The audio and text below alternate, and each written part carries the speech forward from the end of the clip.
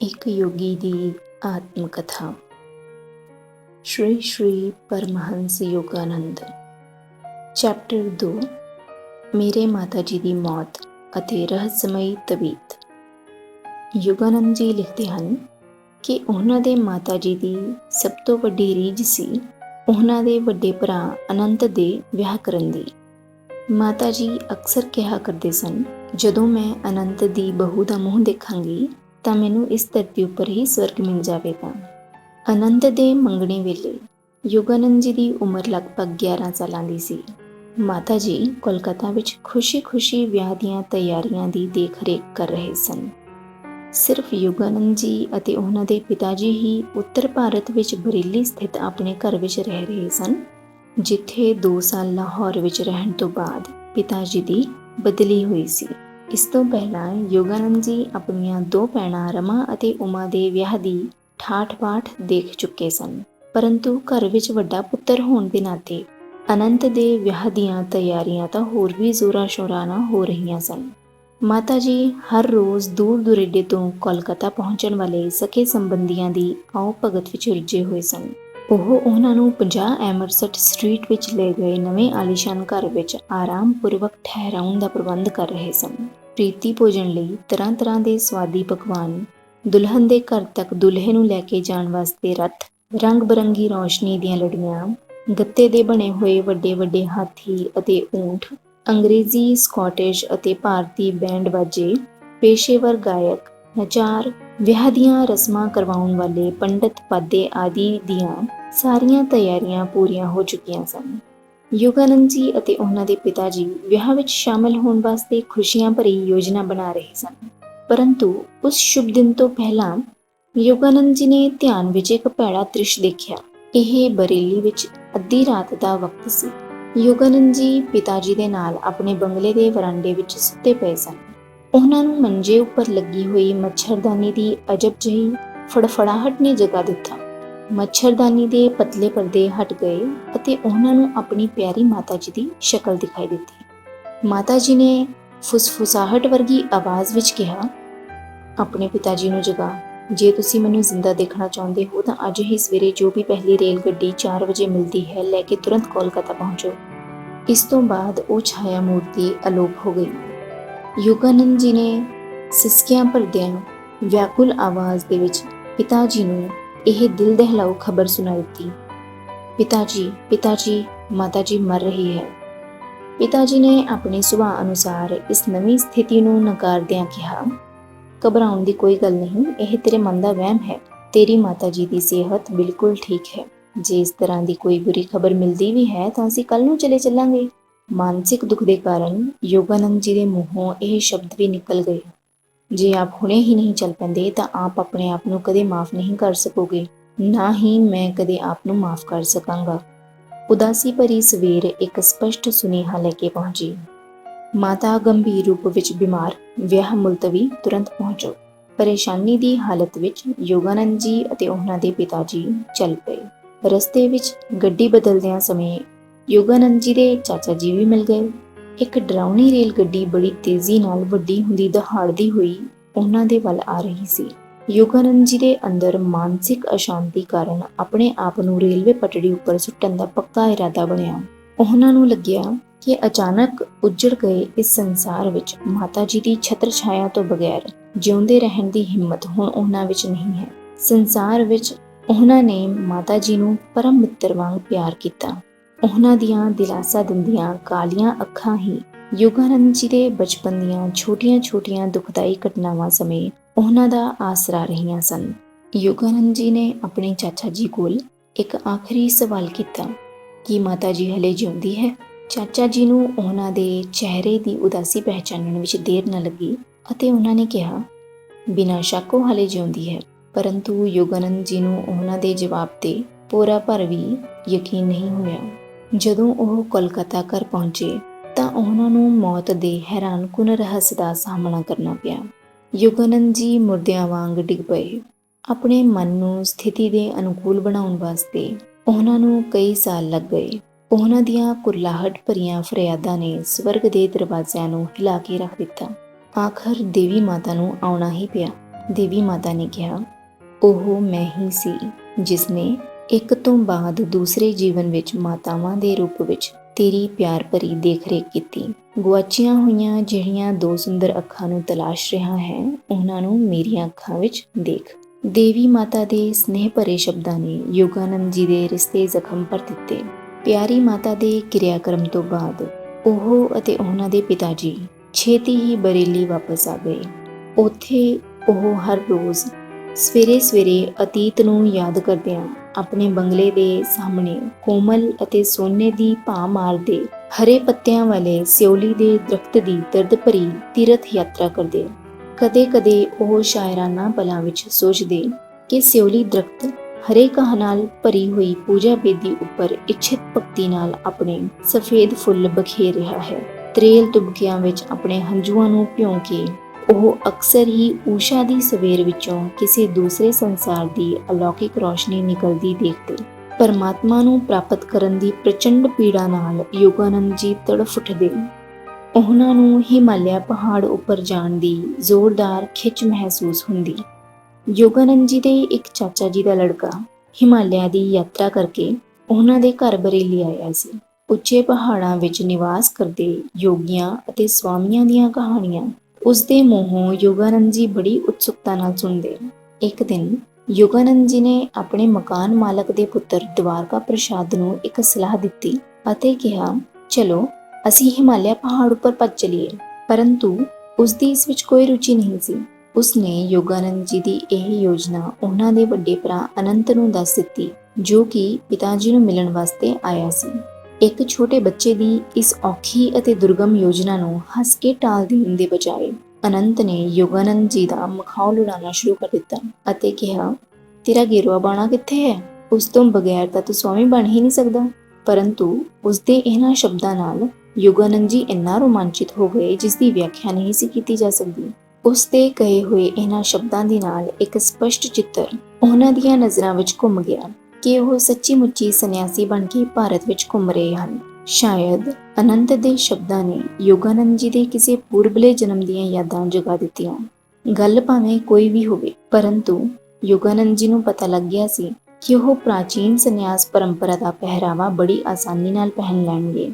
ਇੱਕ ਦਿਨ ਸਵੇਰੇ ਦਵਾਰਕਾ ਪ੍ਰਸਾਦ ਨਾਲ ਗੱਲਾਂ ਕਰਦਿਆਂ ਉਹਨਾਂ ਨੇ ਇਹ ਮਹਿਸੂਸ ਕੀਤਾ ਕਿ ਉਹਨਾਂ ਉੱਪਰ ਪਰਮਾਤਮਾ ਦੇ ਪਿਆਰ ਦਾ ਹੜ ਪਹਾੜਾਂ ਦੀਆਂ ਢਲਾਨਾਂ ਤੋਂ ਖਿਸਕਦੇ ਬਰਫ਼ ਦੇ ਤੋਦਿਆਂ ਵਾਂਗ ਪ੍ਰਚੰਡ ਰੂਪ ਵਿੱਚ ਉਤਰ ਰਿਹਾ ਸੀ। ਪਰੰਤੂ ਉਹਨਾਂ ਦਾ ਸਾਥੀ ਦਵਾਰਕਾ ਪ੍ਰਸਾਦ ਉਸ ਧਾਰਾ ਪ੍ਰਵਾਹ ਤੋਂ ਲਗਭਗ ਅਣਭਿੱਜ ਸੀ, ਜਦੋਂ ਕਿ ਉਹ ਸਾਰੇ ਦੇ ਸਾਰੇ ਉਸ ਦੇ ਹੜ ਦੇ ਵੇਗ ਵਿੱਚ ਵਹਿ ਰਹੇ ਸਨ। ਉਸੇ ਸ਼ਾਮ ਯੋਗਾਨੰਦ ਜੀ ਹਿਮਾਲਿਆ ਦੀਆਂ ਪਹਾੜੀਆਂ ਵਿੱਚ ਵਸੇ ਨੈਨੀਤਾਲ ਵੱਲ ਦੌੜ ਗਏ। ਅਨੰਤਦਾ ਨੇ ਵੀ ਦ੍ਰਿੜਤਾ ਨਾਲ ਉਹਨਾਂ ਦਾ ਪਿੱਛਾ ਕੀਤਾ ਅਤੇ ਯੋਗਾਨੰਦ ਜੀ ਨੂੰ ਮਜਬੂਰ ਹੋ ਕੇ ਦੁਖੀ ਮਨ ਨਾਲ ਬਰੇਲੀ ਵਾਪਸ ਆਉਣਾ ਪਿਆ। ਉਹਨਾਂ ਨੂੰ ਕੇਵਲ ਇੱਕ ਹੀ ਤੀਰਥ ਯਾਤਰਾ ਕਰਨ ਦੀ ਆਗਿਆ ਸੀ ਅਤੇ ਉਹ ਸੀ ਹਰ ਰੋਜ਼ ਸਵੇਰੇ ਸਿਓਲੀ ਦਰਖਤ ਦੀ। ਉਹਨਾਂ ਦਾ ਮਨ ਆਪਣੀਆਂ ਗੁਆਚੀਆਂ ਹੋਈਆਂ ਦੋਨਾਂ ਮਾਵਾਂ ਨੂੰ ਯਾਦ ਕਰਕੇ ਵਿਰਲਾਪ ਕਰਦਾ ਰਹਿੰਦਾ ਸੀ। ਇੱਕ ਉਹਨਾਂ ਦੀ ਮਾਨਵੀ ਮਾਤਾ ਅਤੇ ਦੂਜੀ ਸੀ ਉਹਨਾਂ ਦੀ ਦੇਵੀ ਮਾਤਾ। ਮਾਤਾ ਜੀ ਦੀ ਮੌਤ ਤੋਂ ਬਾਅਦ ਪਰਿਵਾਰ ਵਿੱਚ ਪੈਦਾ ਹੋਏ ਖਾਲੀਪਨ ਨੂੰ ਕਿਸੇ ਵੀ ਤਰੀਕੇ ਨਾਲ ਨਹੀਂ ਸੀ ਪੂਰਾ ਕੀਤਾ ਜਾ ਸਕਦਾ। ਆਪਣੀ ਉਮਰ ਦੇ ਬਕਾਇਆ ਬਚੇ 40 ਸਾਲਾਂ ਵਿੱਚ ਪਿਤਾ ਜੀ ਨੇ ਦੂਜਾ ਵਿਆਹ ਨਹੀਂ ਸੀ ਕੀਤਾ, ਸਗੋਂ ਆਪਣੇ ਛੋਟੇ ਬੱਚਿਆਂ ਪ੍ਰਤੀ ਮਾਤਾ ਅਤੇ ਪਿਤਾ ਦੀਆਂ ਦੋਨੋਂ ਮੁਸ਼ਕਿਲ ਜ਼ਿੰਮੇਵਾਰੀਆਂ ਖੁਦ ਆਪਣੇ ਆਪ ਹੀ ਸਵੀਕਾਰ ਕਰ ਲਈਆਂ ਅਤੇ ਪਹਿਲਾਂ ਨਾਲੋਂ ਜ਼ਿਆਦਾ ਸੰਵੇਦਨਸ਼ੀਲ ਅਤੇ ਪਹਿਲਾਂ ਨਾਲੋਂ ਜ਼ਿਆਦਾ ਮਿਲਣਸਾਰ ਹੋ ਗਏ। ਸ਼ਾਂਤੀ ਅਤੇ ਅੰਤਰਦ੍ਰਿਸ਼ਟੀ ਨਾਲ ਪਿਤਾ ਜੀ ਨੇ ਪਰਿਵਾਰ ਦੀਆਂ ਕਈ ਸਮੱਸਿਆਵਾਂ ਸੁਲਝਾਈਆਂ। ਦਫ਼ਤਰ ਤੋਂ ਆਉਣ ਤੋਂ ਬਾਅਦ ਉਹ ਕਿਸੇ ਸੰਨਿਆਸੀ ਦੀ ਤਰ੍ਹਾਂ ਆਪਣੇ ਕਮਰੇ ਵਿੱਚ ਚਲੇ ਜਾਂਦੇ ਅਤੇ ਸ਼ਾਂਤੀ ਦੇ ਨਿੱਘ ਵਿੱਚ ਕਿਰਿਆ ਯੋਗ ਦਾ ਅਭਿਆਸ ਕਰਦੇ। ਮਾਤਾ ਜੀ ਦੀ ਮੌਤ ਤੋਂ ਕਾਫੀ ਦੇਰ ਬਾਅਦ ਯੋਗਾਨੰਦ ਜੀ ਨੇ ਪਿਤਾ ਜੀ ਦੀ ਸੇਵਾ ਵਾਸਤੇ ਇੱਕ ਅੰਗਰੇਜ਼ ਨਰਸ ਰੱਖਣ ਦੀ ਕੋਸ਼ਿਸ਼ ਕੀਤੀ ਤਾਂ ਕਿ ਪਿਤਾ ਜੀ ਨੂੰ ਥੋੜੀ ਜਿਹੀ ਸਹੂਲਤ ਹੋ ਜਾਵੇ, ਪਰੰਤੂ ਪਿਤਾ ਜੀ ਨੇ ਸਿਰ ਹਿਲਾਉਂਦਿਆਂ ਇਹ ਕਹਿ ਕੇ ਨਾ ਕਰ ਦਿੱਤੀ, ਤੇਰੀ ਮਾਤਾ ਜੀ ਦੇ ਅੰਤ ਦੇ ਨਾਲ ਹੀ ਮੇਰੀ ਸੇਵਾ ਦਾ ਵੀ ਅੰਤ ਹੋ ਗਿਆ। ਮੈਂ ਕਿਸੇ ਹੋਰ ਇਸਤਰੀ ਤੋਂ ਸੇਵਾ ਸਵੀਕਾਰ ਨਹੀਂ ਕਰਾਂਗਾ। ਜ਼ਿੰਦਗੀ ਭਰ ਲਈ ਮਾਤਾ ਜੀ ਦੇ ਪ੍ਰਤੀ ਸ਼ਰਧਾ ਭਾਵ ਵਿੱਚ ਪਿਤਾ ਜੀ ਦੀਆਂ ਅੱਖਾਂ ਗੁੰਮ ਗਈਆਂ। ਮਾਤਾ ਜੀ ਦੀ ਮੌਤ ਤੋਂ 14 ਮਹੀਨੇ ਬਾਅਦ ਯੋਗਾਨੰਦ ਜੀ ਨੂੰ ਪਤਾ ਲੱਗਿਆ ਕਿ ਮਾਤਾ ਜੀ ਉਹਨਾਂ ਵਾਸਤੇ ਇੱਕ ਮਹੱਤਵਪੂਰਨ ਸੁਨੇਹਾ ਛੱਡ ਗਏ ਸਨ। ਮਾਤਾ ਜੀ ਦੇ ਅੰਤ ਸਮੇਂ ਵਿੱਚ ਅਨੰਤ ਦਾ ਉਹਨਾਂ ਦੇ ਕੋਲ ਸਨ ਅਤੇ ਉਹਨਾਂ ਨੇ ਹੀ ਮਾਤਾ ਜੀ ਦਾ ਉਹ ਮਹੱਤਵਪੂਰਨ ਸੁਨੇਹਾ ਲਿਖਿਆ ਸੀ। ਭਾਵੇਂ ਮਾਤਾ ਜੀ ਆਖ ਗਏ ਸਨ ਕਿ ਉਹਨਾਂ ਨੂੰ ਇਹ ਸੁਨੇਹਾ 1 ਸਾਲ ਦੇ ਅੰਦਰ ਅੰਦਰ ਮਿਲ ਜਾਣਾ ਚਾਹੀਦਾ ਹੈ, ਪਰੰਤੂ ਉਹਨਾਂ ਦੇ ਭਰਾ ਅਨੰਤ ਨੇ ਇਸ ਵਿੱਚ ਦੇਰ ਕਰ ਦਿੱਤੀ। ਅਨੰਤ ਨੇ ਛੇਤੀ ਹੀ ਮਾਤਾ ਜੀ ਦੀ ਪਸੰਦ ਕੀਤੀ ਹੋਈ ਲੜਕੀ ਨਾਲ ਵਿਆਹ ਕਰਵਾਉਣ ਵਾਸਤੇ ਬਰੇਲੀ ਤੋਂ ਕੋਲਕਾਤਾ ਜਾਣਾ ਸੀ। ਤਾਂ ਉਸਨੇ ਇੱਕ ਦਿਨ ਸ਼ਾਮ ਨੂੰ ਯੋਗਾਨੰਦ ਜੀ ਨੂੰ ਆਪਣੇ ਕੋਲ ਬੁਲਾਇਆ ਅਤੇ ਕਿਹਾ, ਮੁਕੁੰਦ, ਮੈਂ ਤੈਨੂੰ ਇੱਕ ਅਦਭੁਤ ਸਮਾਚਾਰ ਦੇਣ ਵਾਸਤੇ ਹਿਚਕਚਾਹਟ ਵਿੱਚ ਸੀ। ਮੈਨੂੰ ਡਰ ਸੀ ਕਿ ਇਸ ਨਾਲ ਤੇਰੀ ਘਰ ਤਿਆਗਣ ਦੀ ਇੱਛਾ ਹੋਰ ਭੜਕ ਜਾਵੇਗੀ, ਪਰੰਤੂ ਤੂੰ ਹੁਣ ਵੀ ਪਰਮਾਤਮਾ ਦੇ ਪਿਆਰ ਨਾਲ ਓਤ-ਪੋਤ ਹੈ। ਜਦੋਂ ਮੈਂ ਤੈਨੂੰ ਹਿਮਾਲਿਆ ਵੱਲ ਜਾਂਦੇ ਨੂੰ ਪਕੜ ਕੇ ਲੈ ਕੇ ਆਇਆ ਸੀ ਤਾਂ ਮੈਂ ਪੱਕਾ ਮਨ ਬਣਾ ਲਿਆ ਸੀ ਕਿ ਮੈਂ ਹੁਣ ਆਪਣੇ ਇਸ ਪਵਿੱਤਰ ਇਕਰਾਰ ਨੂੰ ਪੂਰਾ ਕਰਨ ਵਿੱਚ ਹੋਰ ਜ਼ਿਆਦਾ ਦੇਰ ਨਹੀਂ ਕਰਾਂਗਾ। ਅਨੰਤ ਨੇ ਯੋਗਾਨੰਦ ਜੀ ਨੂੰ ਇੱਕ ਛੋਟਾ ਜਿਹਾ ਡੱਬਾ ਦਿੱਤਾ ਅਤੇ ਮਾਤਾ ਜੀ ਦਾ ਸੁਨੇਹਾ ਪੜ੍ਹ ਕੇ ਸੁਣਾਇਆ। ਮਾਤਾ ਜੀ ਨੇ ਕਿਹਾ ਸੀ, ਮੇਰੇ ਪਿਆਰੇ ਪੁੱਤਰ ਮੁਕੁੰਦ, ਮੇਰੇ ਇਹ ਸ਼ਬਦ ਤੇਰੇ ਵਾਸਤੇ ਮੇਰਾ ਆਖਰੀ ਆਸ਼ੀਰਵਾਦ ਹਨ। ਹੁਣ ਵਕਤ ਆ ਗਿਆ ਹੈ ਕਿ ਜਦੋਂ ਮੈਨੂੰ ਤੇਰੇ ਜਨਮ ਤੋਂ ਬਾਅਦ ਵਾਪਰਨ ਵਾਲੀਆਂ ਅਲੌਕਿਕ ਘਟਨਾਵਾਂ ਦੀ ਜਾਣਕਾਰੀ ਤੈਨੂੰ ਦੇ ਦੇਣੀ ਚਾਹੀਦੀ ਹੈ। ਜਦੋਂ ਤੂੰ ਮੇਰੀ ਗੋਦੀ ਵਿੱਚ ਇੱਕ ਛੋਟੇ ਜਿਹੇ ਬੱਚੇ ਦੇ ਰੂਪ ਵਿੱਚ ਸੀ, ਉਸੇ ਵਕਤ ਮੈਨੂੰ ਤੇਰੇ ਨਿਰਧਾਰਿਤ ਮਾਰਗ ਦਾ ਪਤਾ ਲੱਗ ਗਿਆ ਸੀ। ਜਦੋਂ ਮੈਂ ਤੈਨੂੰ ਆਪਣੇ ਗੁਰੂ ਦੇ ਘਰ ਵਾਰਾਣਸੀ ਲੈ ਕੇ ਗਈ ਸੀ ਤਾਂ ਉੱਥੇ ਸ਼ਿਸ਼ ਮੰਡਲੀ ਦੇ ਪਿੱਛੇ ਲਗਭਗ ਛਿਪੀ ਹੋਈ ਧਿਆਨ ਮਗਨ ਲਾਹੜੀ ਮਹਾਸ਼ੈ ਨੂੰ ਮੁਸ਼ਕਿਲ ਨਾਲ ਦੇਖ ਪਾ ਰਹੀ ਸੀ। ਤੈਨੂੰ ਥਪਕੀਆਂ ਦੇਣ ਦੇ ਨਾਲ ਨਾਲ ਮੈਂ ਮਨ ਹੀ ਮਨ ਪ੍ਰਾਰਥਨਾ ਕਰ ਰਹੀ ਸੀ ਕਿ ਲਾਹੜੀ ਮਹਾਸ਼ੈ ਨੂੰ ਸਾਡੇ ਆਉਣ ਦਾ ਪਤਾ ਲੱਗ ਜਾਵੇ ਅਤੇ ਸਾਨੂੰ ਆਸ਼ੀਰਵਾਦ ਵੀ ਦੇਣ। ਜਿਉਂ-ਜਿਉਂ ਮੇਰੀ ਪ੍ਰਾਰਥਨਾ ਤੇਜ਼ ਹੁੰਦੀ ਗਈ ਤਾਂ ਉਹਨਾਂ ਨੇ ਅੱਖਾਂ ਖੋਲ੍ਹੀਆਂ ਅਤੇ ਮੈਨੂੰ ਆਪਣੇ ਕੋਲ ਆਉਣ ਦਾ ਇਸ਼ਾਰਾ ਕੀਤਾ। ਸਾਰੇ ਭਗਤਾਂ ਨੇ ਮੈਨੂੰ ਉਹਨਾਂ ਕੋਲ ਪਹੁੰਚਣ ਵਾਸਤੇ ਰਸਤਾ ਦਿੱਤਾ। ਮੈਂ ਜਾ ਕੇ ਉਹਨਾਂ ਦੇ ਪਵਿੱਤਰ ਚਰਨ ਕਮਲਾਂ ਵਿੱਚ ਆਪਣਾ ਸਿਰ ਰੱਖ ਦਿੱਤਾ। ਲਾਹੜੀ ਮਹਾਸ਼ੈ ਨੇ ਤੈਨੂੰ ਆਪਣੀ ਗੋਦੀ ਵਿੱਚ ਲੈ ਲਿਆ ਅਤੇ ਤੈਨੂੰ ਅਧਿਆਤਮਿਕ ਦੀਖਿਆ ਦੇ ਰੂਪ ਵਿੱਚ ਤੇਰੇ ਮੱਥੇ ਉੱਪਰ ਆਪਣਾ ਹੱਥ ਰੱਖਿਆ ਅਤੇ ਮੈਨੂੰ ਕਿਹਾ, ਛੋਟੀ ਮਾਤਾ, ਤੇਰਾ ਬੇਟਾ ਇੱਕ ਯੋਗੀ ਬਣੇਗਾ ਜੋ ਅਧਿਆਤਮਿਕ ਇੰਜਨ ਦੀ ਤਰ੍ਹਾਂ ਅਨੇਕ ਆਤਮਾਵਾਂ ਨੂੰ ਪਰਮਾਤਮਾ ਦੇ ਸਾਮਰਾਜ ਵਿੱਚ ਲੈ ਜਾਵੇਗਾ। ਸਰਬ ਵਿਆਪਕ ਗੁਰੂਦੇਵ ਨੇ ਮੇਰੀ ਪ੍ਰਾਰਥਨਾ ਸਵੀਕਾਰ ਕਰ ਲਈ ਸੀ। ਇਹ ਦੇਖ ਕੇ ਮੇਰਾ ਮਨ ਖੁਸ਼ੀ ਵਿੱਚ ਝੂਮ ਉੱਠਿਆ। ਤੇਰੇ ਜਨਮ ਤੋਂ ਕੁਝ ਦੇਰ ਪਹਿਲਾਂ ਵੀ ਉਹਨਾਂ ਨੇ ਮੈਨੂੰ ਦੱਸਿਆ ਸੀ ਕਿ ਤੂੰ ਵੀ ਉਹਨਾਂ ਦੇ ਮਾਰਗ ਉੱਪਰ ਚੱਲੇਂਗਾ। ਮੇਰੇ ਬੇਟੇ, ਇਸ ਤੋਂ ਬਾਅਦ ਜਦੋਂ ਤੈਨੂੰ ਅਦਭੁਤ ਪ੍ਰਕਾਸ਼ ਦੇ ਦਰਸ਼ਨ ਹੋਏ ਸਨ ਤਾਂ ਮੈਨੂੰ ਅਤੇ ਤੇਰੀ ਵੱਡੀ ਭੈਣ ਰਮਾ ਨੂੰ ਪਤਾ ਲੱਗ ਗਿਆ ਸੀ, ਕਿਉਂਕਿ ਅਸੀਂ ਬਰਾਬਰ ਵਾਲੇ ਕਮਰੇ ਵਿੱਚੋਂ ਤੈਨੂੰ ਆਪਣੇ ਬਿਸਤਰੇ ਉੱਪਰ ਨਿਸ਼ਚਲ ਬੈਠਿਆਂ ਦੇਖ ਰਹੀਆਂ ਸੀ। ਤੇਰੇ ਛੋਟੇ ਜਿਹੇ ਚਿਹਰੇ ਉੱਪਰ ਤੇਜ ਪ੍ਰਗਟ ਹੋ ਗਿਆ ਸੀ। ਜਦੋਂ ਤੂੰ ਪਰਮਾਤਮਾ ਦੀ ਖੋਜ ਕਰਨ ਵਾਸਤੇ ਹਿਮਾਲਿਆ ਪਹਾੜ ਉੱਪਰ ਜਾਣ ਦੀ ਗੱਲ ਕਰ ਰਿਹਾ ਸੀ ਤਾਂ ਤੇਰੀ ਆਵਾਜ਼ ਵਿੱਚ ਦ੍ਰਿੜ ਇੱਛਾ ਸ਼ਕਤੀ ਦੀ ਝਲਕ ਦਿਖਾਈ ਦੇ ਰਹੀ ਸੀ। ਇਹਨਾਂ ਸਾਰੇ ਕਾਰਨਾਂ ਕਰਕੇ ਮੇਰੇ ਪਿਆਰੇ ਬੇਟੇ, ਮੈਂ ਸਮਝ ਗਈ ਸੀ ਕਿ ਤੇਰਾ ਰਸਤਾ ਸੰਸਾਰਕ ਅਭਿਲਾਸ਼ਾਵਾਂ ਤੋਂ ਉੱਪਰ ਹੈ। ਮੇਰੇ ਜੀਵਨ ਦੀ ਇੱਕ ਹੋਰ ਘਟਨਾ ਨੇ ਤਾਂ ਇਸ ਉੱਪਰ ਪੱਕੀ ਮੋਹਰ ਹੀ ਲਗਾ ਦਿੱਤੀ। ਉਹੀ ਘਟਨਾ ਅੱਜ ਮੈਨੂੰ ਮੇਰੇ ਜੀਵਨ ਦੀਆਂ ਆਖਰੀ ਘੜੀਆਂ ਸਮੇਂ ਤੈਨੂੰ ਇਹ ਸੁਨੇਹਾ ਦੇਣ ਵਾਸਤੇ ਮਜਬੂਰ ਕਰ ਰਹੀ ਹੈ। ਇਹ ਘਟਨਾ ਪੰਜਾਬ ਵਿੱਚ ਇੱਕ ਸਾਧੂ ਮਹਾਤਮਾ ਦੇ ਦਰਸ਼ਨਾਂ ਦੀ ਹੈ। ਜਦੋਂ ਸਾਡਾ ਪਰਿਵਾਰ ਲਾਹੌਰ ਵਿੱਚ ਰਹਿੰਦਾ ਸੀ ਤਾਂ ਇੱਕ ਦਿਨ ਸਵੇਰੇ ਨੌਕਰ ਮੇਰੇ ਕਮਰੇ ਵਿੱਚ ਆਇਆ ਅਤੇ ਕਿਹਾ, ਮਾਲਕਣ, ਇੱਕ ਅਜੀਬ ਸਾਧੂ ਆਇਆ ਹੈ ਜੋ ਕਹਿ ਰਿਹਾ ਹੈ ਕਿ ਮੈਂ ਮੁਕੁੰਦ ਦੀ ਮਾਤਾ ਨੂੰ ਮਿਲਣਾ ਚਾਹੁੰਦਾ ਹਾਂ। ਇਹਨਾਂ ਸਧਾਰਨ ਸ਼ਬਦਾਂ ਨੇ ਮੇਰੇ ਅੰਦਰ ਝਰਨਾਹਟ ਜਿਹੀ ਛੇੜ ਦਿੱਤੀ। ਮੈਂ ਉਸੇ ਵਕਤ ਸਾਧੂ ਨੂੰ ਮਿਲਣ ਖਾਤਰ ਬਾਹਰ ਗਈ। ਮੈਂ ਉਹਨਾਂ ਨੂੰ ਪ੍ਰਣਾਮ ਕਰਦਿਆਂ ਹੀ ਸਮਝ ਗਈ ਸੀ ਕਿ ਮੇਰੇ ਸਾਹਮਣੇ ਇੱਕ ਸੱਚੇ ਸਿੱਧ ਪੁਰਸ਼ ਖੜੇ ਹਨ। ਉਸ ਸਾਧੂ ਨੇ ਕਿਹਾ, ਮਾਤਾ, ਮਹਾਨ ਗੁਰੂਆਂ ਦੀ ਇੱਛਾ ਹੈ ਕਿ ਆਪ ਨੂੰ ਦੱਸ ਦਿੱਤਾ ਜਾਵੇ ਕਿ ਇਸ ਸੰਸਾਰ ਉੱਪਰ ਆਪ ਦਾ ਜੀਵਨ ਜ਼ਿਆਦਾ ਦਿਨ ਤੱਕ ਨਹੀਂ ਰਹੇਗਾ। ਆਪ ਦੀ ਅਗਲੀ ਬਿਮਾਰੀ ਆਪ ਵਾਸਤੇ ਅੰਤਮ ਸਿੱਧ ਹੋਵੇਗੀ। ਇਸ ਤੋਂ ਬਾਅਦ ਉਹ ਸਾਧੂ ਥੋੜੀ ਦੇਰ ਚੁੱਪ ਰਹੇ। ਇਸ ਦੌਰਾਨ ਮੈਨੂੰ ਕੋਈ ਡਰ ਨਹੀਂ ਲੱਗਿਆ, ਬਲਕਿ ਸ਼ਾਂਤੀ ਅਤੇ ਆਨੰਦ ਦੀਆਂ ਲਹਿਰਾਂ ਮਹਿਸੂਸ ਹੋਈਆਂ। ਉਸ ਸਾਧੂ ਨੇ ਅੱਗੇ ਕਿਹਾ, ਆਪ ਨੂੰ ਇੱਕ ਚਾਂਦੀ ਦੇ ਤਵੀਤ ਦੀ ਰਖਵਾਲੀ ਕਰਨੀ ਹੋਵੇਗੀ, ਪਰੰਤੂ ਮੈਂ ਉਹ ਤੈਨੂੰ ਅੱਜ ਨਹੀਂ ਦੇਵਾਂਗਾ। ਵਚਨਾਂ ਦੀ ਸੱਚਾਈ ਪ੍ਰਮਾਣਿਤ ਕਰਨ ਲਈ ਜਦੋਂ ਤੂੰ ਕੱਲ ਨੂੰ ਧਿਆਨ ਕਰ ਰਹੀ ਹੋਵੇਂਗੀ ਤਾਂ ਉਹ ਤਵੀਤ ਤੇਰੇ ਹੱਥਾਂ ਵਿੱਚ ਪ੍ਰਗਟ ਹੋ ਜਾਵੇਗਾ। ਜੀਵਨ ਦੇ ਅੰਤ ਸਮੇਂ ਤੂੰ ਆਪਣੇ ਵੱਡੇ ਪੁੱਤਰ ਅਨੰਤ ਨੂੰ ਹਿਦਾਇਤ ਕਰੇਂਗੀ ਕਿ ਉਹ 1 ਸਾਲ ਇਸ ਨੂੰ ਆਪਣੇ ਕੋਲ ਰੱਖੇਗਾ ਅਤੇ ਫਿਰ ਉਹ ਤੇਰੇ ਦੂਜੇ ਪੁੱਤਰ ਮੁਕੁੰਦ ਨੂੰ ਦੇਵੇਗਾ। ਮਹਾਨ ਗੁਰੂਆਂ ਤੋਂ ਪ੍ਰਾਪਤ ਇਸ ਤਵੀਤ ਦਾ ਭੇਤ ਮੁਕੁੰਦ ਸਮਝ ਜਾਵੇਗਾ। ਉਸ ਨੂੰ ਇਹ ਤਵੀਤ ਉਸ ਸਮੇਂ ਮਿਲਣਾ ਚਾਹੀਦਾ ਹੈ ਜਦੋਂ ਉਹ ਦੁਨੀਆਦਾਰੀ ਦੀਆਂ ਸਾਰੀਆਂ ਆਸ਼ਾਵਾਂ ਨੂੰ ਤਿਆਗ ਕੇ ਪਰਮਾਤਮਾ ਦੀ ਖੋਜ ਵਾਸਤੇ ਤਿਆਰ ਹੋ ਰਿਹਾ ਹੋਵੇ। ਉਹ ਇਸ ਨੂੰ ਆਪਣੇ ਕੋਲ ਕੁਝ ਸਾਲ ਰੱਖੇਗਾ ਅਤੇ ਜਦੋਂ ਇਸ ਦਾ ਮਨੋਰਥ ਪੂਰਾ ਹੋ ਜਾਵੇਗਾ ਤਾਂ ਇਹ ਆਪਣੇ ਆਪ ਅਲੋਪ ਹੋ ਜਾਵੇਗਾ। ਇਸ ਨੂੰ ਜਿਸ ਤਰ੍ਹਾਂ ਮਰਜ਼ੀ ਛੁਪਾ ਕੇ ਰੱਖਿਆ ਹੋਵੇ, ਇਹ ਜਿੱਥੋਂ ਆਇਆ ਹੈ ਉੱਥੇ ਵਾਪਸ ਚਲਾ ਜਾਵੇਗਾ। ਮੈਂ ਉਸ ਸੰਨਿਆਸੀ ਨੂੰ ਭਿੱਖਿਆ ਦਿੱਤੀ ਅਤੇ ਪੂਰੀ ਸ਼ਰਧਾ ਭਗਤੀ ਨਾਲ ਪ੍ਰਣਾਮ ਕੀਤਾ, ਪਰੰਤੂ ਉਹਨਾਂ ਨੇ ਭਿੱਖਿਆ ਨਾ ਲਈ ਅਤੇ ਆਸ਼ੀਰਵਾਦ ਦੇ ਕੇ ਚਲੇ ਗਏ। ਅਗਲੇ ਦਿਨ ਸ਼ਾਮ ਨੂੰ ਜਦੋਂ ਮੈਂ ਹੱਥ ਜੋੜ ਕੇ ਧਿਆਨ ਕਰਨ ਲੱਗੀ ਤਾਂ ਜਿਸ ਤਰ੍ਹਾਂ ਮਹਾਤਮਾ ਨੇ ਕਿਹਾ ਸੀ, ਚਾਂਦੀ ਦਾ ਤਵੀਤ ਮੇਰੀਆਂ ਹਥੇਲੀਆਂ ਵਿੱਚ ਪ੍ਰਗਟ ਹੋ ਗਿਆ। ਉਸ ਦੀ ਨਰਮ ਅਤੇ ਠੰਡੀ ਛੂਹ ਨੇ ਮੈਨੂੰ ਉਸ ਦੀ ਹੋਂਦ ਦਾ ਅਹਿਸਾਸ ਕਰਵਾ ਦਿੱਤਾ।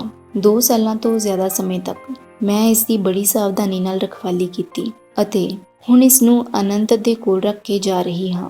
ਮੇਰੇ ਵਿਛੋੜੇ ਦਾ ਦੁੱਖ ਮਹਿਸੂਸ ਨਾ ਕਰਨਾ, ਕਿਉਂਕਿ ਮੈਨੂੰ ਮੇਰੇ ਮਹਾਨ ਗੁਰੂ ਪਰਮਾਤਮਾ ਦੇ ਕੋਲ ਪਹੁੰਚਾ ਦੇਣਗੇ। ਮੇਰੇ ਬੱਚੇ, ਦੇਵੀ ਮਾਤਾ ਤੇਰੀ ਰੱਖਿਆ ਕਰੇਗੀ।